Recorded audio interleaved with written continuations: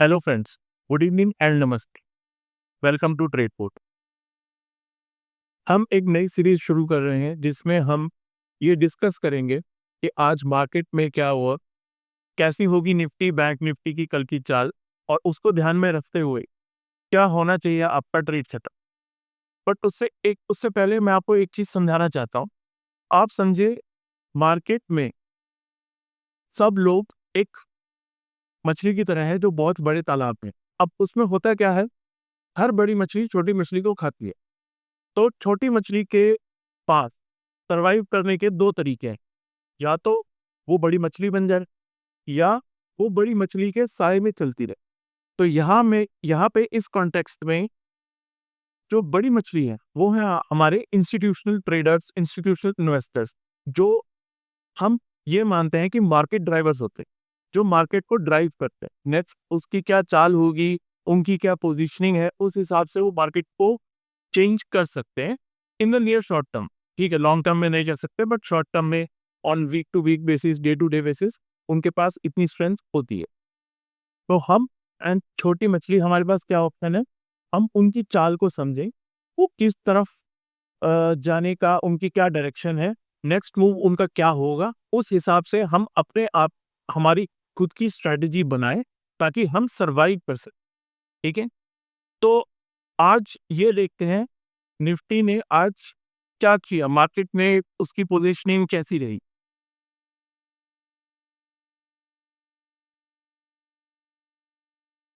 तो जैसा कि हम जानते हैं, फ्राइडे को आरबीआई की पॉलिसी थी। फ्राइडे से पहले 20, 22, 25 ट्रेडिंग सेशंस ऐसे रहे जिसमें मार्केट निफ्टी एकदम साइडवेज रहा।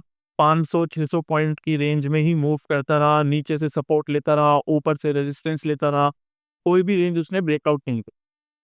लेकिन एक ट्रिगर पॉइंट था आरबीआई की पॉलिसी।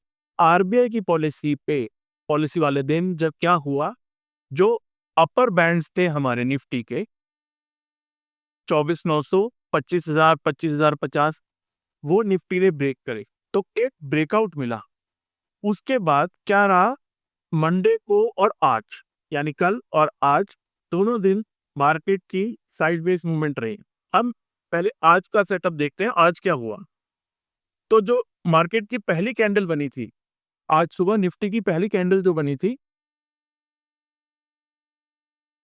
वो ही निफ्टी का हाई था। क्या हाई था? 25, 190 और 200 के आस। ठीक है, उसके बाद पूरा दिन मार्केट ने उस लेवल को तोड़ा नहीं और शुरू के आधे घंटे में ही मार्केट ने अपना बॉटम बनाया था। वो क्या पोजीशन थी, वो क्या लेवल था हमारा? 25,050। और पूरा दिन फिर निफ्टी इसके बीच में ही रहा, ना नीचे की रेंज तोड़ी ना ऊपर की रेंज तोड़ी। तो आज का दिन कंसोलिडेशन का था। सेम ऐसा ही सेटअप कल भी था। कल भी निफ्टी कंसोलिडेशन फेज में ही था।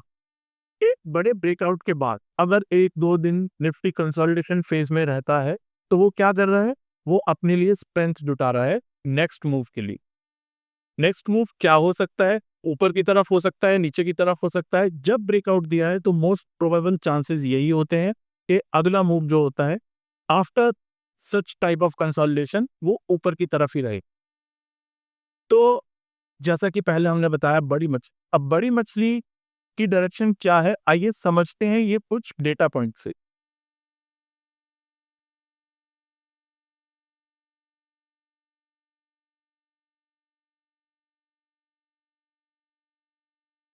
तो जो बड़ी मछली है, हमारे एफआईआईज हैं, हमारे डीआईआईज हैं, उनकी क्या पोजीशनिंग है, आज कल और परसों तक क्या रही थी वो देखते हैं। पिछले 5 दिन का ट्रेंड देख, तो इसमें हम देखते हैं निफ्टी में एफआईआईज की कितनी शॉर्ट पोजीशंस है 4 जून से लेकर आज तक। तो पिछले 5 ट्रेडिंग सेशंस में एफआईआईज की जो शॉर्ट पोजीशंस है वो नियरली 82% है। आरबीआई की पॉलिसी जिस दिन थी 6 जून को, उस दिन उन्होंने काफी शॉर्ट कवर्स करे, बट उसके बाद कल और आज ये 80% नेट शॉर्ट पे ही है। टोटल इनका आउटस्टैंडिंग कॉन्ट्रैक्ट्स जो है वो अभी भी 1.25 लाख के आसपास है, जो कि एक बड़ा फिगर होता है। लेकिन आज इन्होंने क्या किया, आज इन्होंने अपने शॉर्ट्स को काटा। आप ये फिगर देख रहे हैं, ये इनका चेंज इन ओआई है। तो चेंज इन ओआई लगभग 3000 के कॉन्ट्रैक्ट्स जो है वो इन्होंने अपने कवर किए, शॉर्ट्स को कवर करे। जब एफआईआईज अपने शॉर्ट कवर्स करने लगते हैं ना, और जब वो ऑलरेडी 80% शॉर्ट पोजीशंस पे होते हैं, उसके बाद जब कवरिंग आती है तो वो कवरिंग बहुत स्ट्रांग हो सकती है। तो जब वो स्ट्रांग हो सकती है तो ऊपर के टाइप पे उनके क्या रेजिस्टेंस होंगे, जिसके बाद हमें नेक्स्ट मूव मिलेगा वो हम डिस्कस करेंगे। पहले एक बार एफआई का स्टांस देख लेते हैं क्या नहीं। तो जैसा कि 80% शॉर्ट पोजीशंस हैं, 14 लाख के आसपास कॉन्ट्रैक्ट्स हैं, और जिसमें से 3000 के आसपास के कॉन्ट्रैक्ट्स उन्होंने आज कवर करे। कैश में क्या है, कैश में आज भी एफआईआईज ने 2300 करोड़ के आसपास बाइंग करी है, और डीआईज ने अपनी बाइंग कम करी है। इन्होंने थोड़ा इनको माल सप्लाई करा है, इनकी थोड़ी बाइंग कम है, 1100 करोड़ के आसपास की इनकी डीआईएस की बाइंग। तो एफआईआईज क्या कर रहे हैं आप देखोगे, पिछले 3 दिन से लगातार कैश में बाइंग कर रहे हैं, और पिछले 3 दिन से लगातार फ्यूचर्स में शॉर्ट। तो ये एक बहुत स्ट्रॉन्ग केस बनाता है आपकी शॉर्ट कवरिंग के लिए। लेकिन उसके हमारे सपोर्ट और रेजिस्टेंस लेवल्स क्या होंगे वो भी हम डिस्कस करेंगे।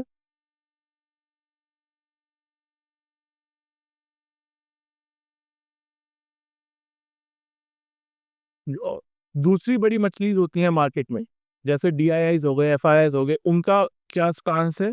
जैसा हमने पिछला अभी 1 मिनट पहले देखा था, एफआईआईज की कितनी शॉर्ट पोजीशंस थी, और एफआईआईज सिर्फ 30,000 लॉन्ग है। वहीं पे क्लाइंट अगर आप देखोगे तो जितना शॉर्ट है उससे कम से कम 70,000 ज्यादा कॉन्ट्रैक्ट्स उनके लॉन्ग के हैं, वो नेट लॉन्ग पोजीशन पे बैठ, और एफआईआईज जो है अभी नेट शॉर्ट पोजीशंस में बैठ। अभी आप देखोगे तो 3000 के आसपास उन्होंने शॉर्ट पोजीशंस अपनी कम करी हैं। 3000 के आसपास ही क्लाइंट्स ने अपनी शॉर्ट पोजीशंस कम करी हैं, और 400 के आसपास क्लाइंट्स ने अपनी लॉन्ग पोजीशंस कम करी हैं। और आप हमारे जो डीआईज है उन्होंने 1700 के आसपास अपनी लॉन्ग पोजीशंस कम करी है, और डीआईज ने क्या करा है, शॉर्ट बढ़ाए।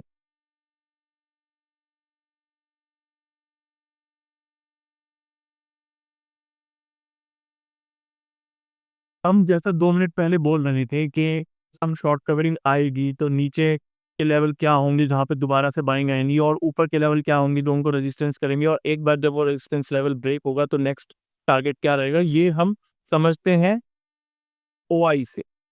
कॉल्स में कितना ओआई है, पुट में कितना ओआई, ये ओआई जो है बेसिकली इसमें आप मान के चलिए मैक्सिमम पोजीशनिंग जो होती है एफआईआईज की ही होती है, क्योंकि वो वॉल्यूम सबसे ज़्यादा ट्रेड करते हैं। आप देखिए पुट्स में जो एट द मनी पुट है 25,100 का, आज मार्केट की क्लोजिंग 25,104 के आसपास हुई है। जो एट द मनी पुट है 25,100 का, उसमें ओआई है आपका, पुट में बता रहा हूं मैं आपको, 83,000, और 25,000 में है 1 लाख लगभग 10,000, जो कि आज बड़े हैं, मतलब वो और पुट्स शॉर्ट करके दें। इसका मतलब क्या हो गया कि आपका जो नीचे का लेवल है वो एक तरीके से फिक्स है 25,000 तक। अगर उसके तब तक कोई मूव बहुत बड़ा नहीं आएगा जब तक आपका 25,000 का लेवल इंटैक्ट है, नीचे का मूव बहुत बड़ा नहीं आए। 25,000 का लेवल अगर टूटता है तो 24,900 नहीं, सीधा 800 की तैयारी करेंगे, जहां पे हमारे 1 लाख के आसपास ओआई है। और यहीं हम अगर कॉल्स की बात करें तो कॉल्स में एट द मनी स्ट्राइक पे हमारा 1,15,000 के आसपास ओआई है, जो कि बड़ा है 34,000, और 25,200 पे 1.25 लाख। तो ऊपर की रेंज हो गई हमारी 25,200, नीचे की रेंज हो गई हमारी 25,000। ये हमारी प्राइमरी रेंज है। प्राइमरी रेंज क्या होती है कि आपका एक नीचे का सपोर्ट हो गया और एक ऊपर का रेजिस्टेंस लेवल हो गया। इन दोनों में से जो भी कोई टूटेगा नीचे की तरफ या ऊपर की तरफ, तब हमारी सेकेंडरी जो सेकेंडरी टारगेट्स होते हैं वो खुलते हैं।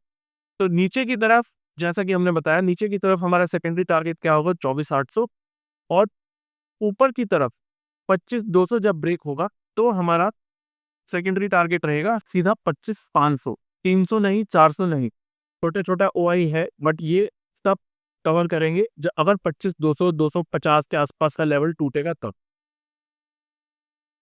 एक बार हम दोबारा से चार्ट पे चलते हैं और वहाँ पे अब हम देखते हैं कि हमारा डेली कैंडल में हमारे डेली डेली मूविंग एवरेजेस कहाँ पे लाई करते हैं। अगर हम देखेंगे, ये आपको रेड लाइन दिख रही है, ये रेड लाइन है हमारी 20 डे में। तो 20 डे में हमारा कहाँ पे बैठा है अभी? 24,760 के आसपास। तो हमारी रेंज क्या होगी 20 डे के हिसाब से? 750 से लेकर 780 तक, ये हमारी रेंज होगी 20 डे के हिसाब से। 10 डे के हिसाब से ये जो ब्लू लाइन देख रहे हैं आप, ये हमारा 10 डे है। 10 डे की रेंज होगी हमारी 24,870। तो 10 डे की हमारी रेंज हो गई 24,860 से लेकर 880। तो नीचे की रेंज आप देख रहे हैं कितनी इंटैक्ट है, और 100 पॉइंट्स के गैप पे हमारी डेमा भी लाई करते हैं। 100 पॉइंट्स के गैप पे इतनी बड़ी हमारा ओआई भी स्टैंड करता है। तो नीचे पे हमारा बहुत स्ट्रॉन्ग सपोर्ट रहेगा, और जब ऊपर जाएगा तो सीधा 25,200 के बाद 25,500। तो जैसा हमने शुरू में बताया था कि बड़ी मछली की मूव को ट्रैक करना चाहिए, तो बड़ी मछली की मूव के डायरेक्शन के ये हमारे कुछ डेटा पॉइंट्स हैं कि एफआईआई की पोजीशनिंग कैसी है कैश मार्केट में, एफ एंड ओ मार्केट में, कितना ओआई है, कितना डेमा है। और इसी के हिसाब से अगर हम देखें तो अ, आज हमारा विक्स जो है, आज हमारा विक्स एक टाइम पे तो 14 से भी नीचे आ गया था, जो पिछले हफ्ते और उससे भी पहले 10 दिन पहले तक 18 से 20, 17 से 20 के लेवल तक घूम रहा। विक्स का कम होने का मतलब क्या है कि इन्वेस्टर्स का, ट्रेडर्स का कॉन्फिडेंस ऊपर की तरफ बढ़ रहा।